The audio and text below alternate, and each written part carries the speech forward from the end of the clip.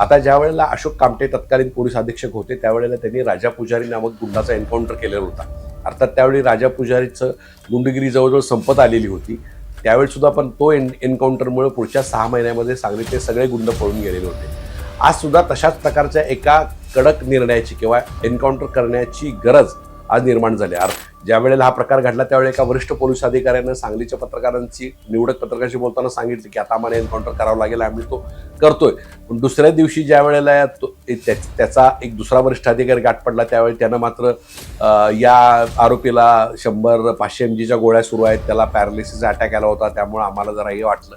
अशा प्रकारची विचित्र भावना व्यक्त केलेली आहे. त्यामुळे गुंडांच्या बद्दल पोलीस काय विचार करतात हा विषय आहे. म्हणजे आपण जर पाहिलं तर अशाच प्रकारची गुंडगिरी उत्तर प्रदेशमध्ये बोकाळलेली होती. पण तिथले मुख्यमंत्री योगी आदित्यनाथ यांनी जवळजवळ 400हून अधिक जास्त एन्काउंटर केलेले आहेत. तिथं गुंडांना यमसदनी पाठवलेलं आहे आणि 17,000 गुंडांवर त्यांनी गोळीबार केलेला आहे. म्हणजे ऑपरेशन लंगडा अंतर्गत त्यांनी पायावर गोळी मारण्याचं जे तिथं तंत्र विकसित केलेलं आहे. सर्व तिथल्या मानवाधिकार संघटना, न्यायालय या सगळ्या व्यवस्थांवर चक्क त्यांनी फाट्यावर मारत त्यांनी ऑपरेशन लंगडा राबवलं आणि 17,000 गुंडांच्या पायावर गोळ्या मारल्या.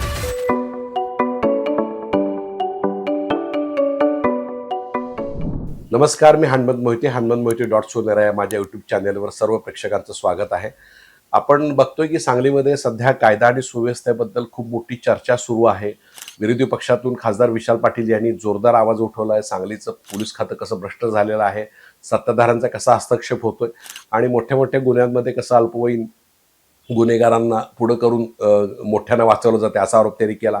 त्यानंतर जयंत पाटील यांनी सुद्धा मुंबईमध्ये बोलताना अशा प्रकारचे जिल्ह्याची कायदा आणि सुव्यवस्था बिघडल्याचा आरोप केला. त्यानंतर त्यांनी सुद्धा महानगरपालिकेच्या निवडणुकीमध्ये एक जोरदार कॅम्पेन, भयमुक्त सांगलीसाठी कॅम्पेन सुरू केलेलं होतं.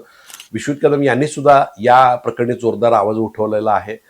जिल्ह्यामध्ये प्रत्येक पोलीस ठाण्यामध्ये टास्क फोर्स तयार करावा अशी त्यांची मागणी आहे. प्रत्येक पोलीस ठाण्यामध्ये एक आक्रमक असं दल तयार करावं की जेणेकरून गुंडांवर नियंत्रण मिळावं असं त्यांची इच्छा आहे. खासदार सदाभाऊ खोत यांनी सुद्धा पोलिसांना फार मोठ्या प्रमाणात टीका केलेली आहे. सत्ताधारी गटाचे ते नेते असून सुद्धा, आमदार असून सुद्धा त्यांनी सांगलीच्या पोलिसांना आरसा दाखवलेला आहे.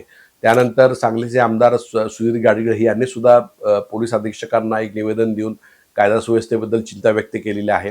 गोपीचंद पडळकर हे सुद्धा पोलीस अधीक्षकांना भेटले. तुषार दोशी यांनी सुद्धा काही गोष्टीची पूर्तता करण्याचा प्रयत्न सुरू केलेला आहे. पण आपण बघतोय की कायदा आणि सुव्यवस्थेची पूर्णपणे वासलात सांगली जिल्ह्यामध्ये लागलेली आहे. मागच्या वर्षी सांगली जिल्ह्यामध्ये 65 खून झालेले होते, पण या 6 महिन्यात जवळजवळ 35 खून झालेत. आणि परवा जो शाळकरी मुलगा वेदांत बंडगर याचा खून जो संजयनगरमध्ये झाला, ही अतिशय हृदयद्रावक घटना होती आणि या घटनेमुळं सांगली जिल्हा अक्षरशः शून्य झालेला आहे. म्हणजे ज्या गुंडानं गोळीबार त्या ठिकाणी बाजमध्ये पहिल्यांदा केला, मग जतमध्ये त्यानं गोळीबार केला, जतच्या पोलीस निरीक्षकाने त्याला अडवलं नाही आणि त्यानंतर मग जो संताप तयार झाला त्याच्यामुळे सांगलीच्या गुंडगिरीबद्दल एक मोठी चर्चा सुरू झाली. आता ज्या वेळेला अशोक कामटे तत्कालीन पोलीस अधीक्षक होते त्यावेळेला त्यांनी राजा पुजारी नामक गुंडाचा एन्काउंटर केलेला होता. अर्थात त्यावेळी राजा पुजारीचं गुंडगिरी जवळजवळ संपत आलेली होती. त्यावेळी सुद्धा पण तो एन्काउंटरमुळे पुढच्या 6 महिन्यामध्ये सांगलीतले सगळे गुंड पळून गेलेले होते.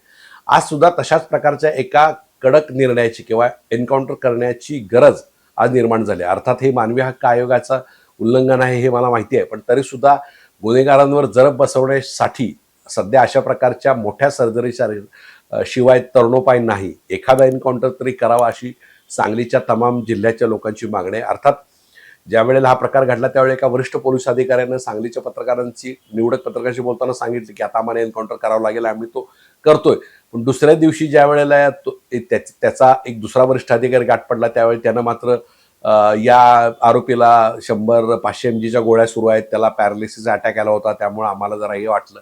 अशा प्रकारची विचित्र भावना व्यक्त केलेली आहे. त्यामुळे गुंडांच्या बद्दल पोलीस काय विचार करतात हा विषय आहे. म्हणजे जे पोलीस DYSP, जे पोलीस निरीक्षक पहाटे 4 वाजता शक्तीपेठासाठी जातात तेच पोलीस मात्र गुंडगिरी रोखण्यासाठी फार सक्षम होत नाहीत अशी सध्याची स्थिती आहे. त्यामुळं एखादा एन्काउंटर करून सांगलीच्या गुंडांना एक संदेश देण्याची आवश्यकता आहे. या उलट याबरोबरीनेच जे पोलीस महानिरीक्षक आहे शर्मा त्याने सुद्धा सांगलीमध्ये गुंडाविरोधी पथक करण्याबद्दलचं सुतोवाच केलेलं होतं.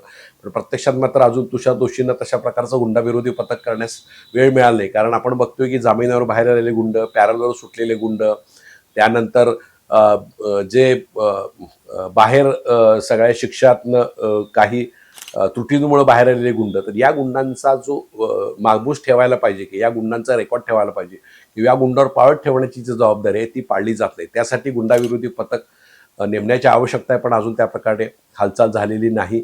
आपण जर पाहिलं तर अशाच प्रकारची गुंडगिरी उत्तर प्रदेशमध्ये बोकाळलेली होती, पण तिथं तिथले मुख्यमंत्री योगी आदित्यनाथ यांनी जवळजवळ 400हून अधिक जास्त एन्काउंटर केलेले आहेत. तिथं गुंडांना यमसदनी पाठवलेलं आहे आणि 17,000 गुंडांवर त्यांनी गोळीबार केलेला आहे. म्हणजे ऑपरेशन लंगडा अंतर्गत त्यांनी पायावर गोळी मारण्याचं जे तिथं तंत्र विकसित केलेलं आहे. सर्व तिथल्या मानवाधिकार संघटना, न्यायालय या सगळ्या व्यवस्थांवर चक्क त्यांनी फाट्यावर मारत त्यांनी ऑपरेशन लंगडा राबवलं आणि 17,000 गुंडांच्या पायावर गोळ्या मारल्या.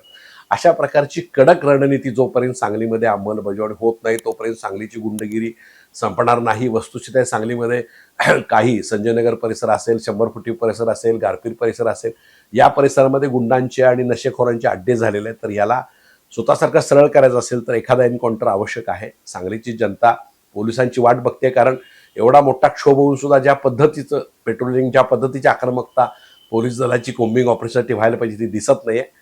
यामध्ये जनतेतून उद्रेक झाला तर या पुढच्या काळात आश्चर्य वाटतं का मला?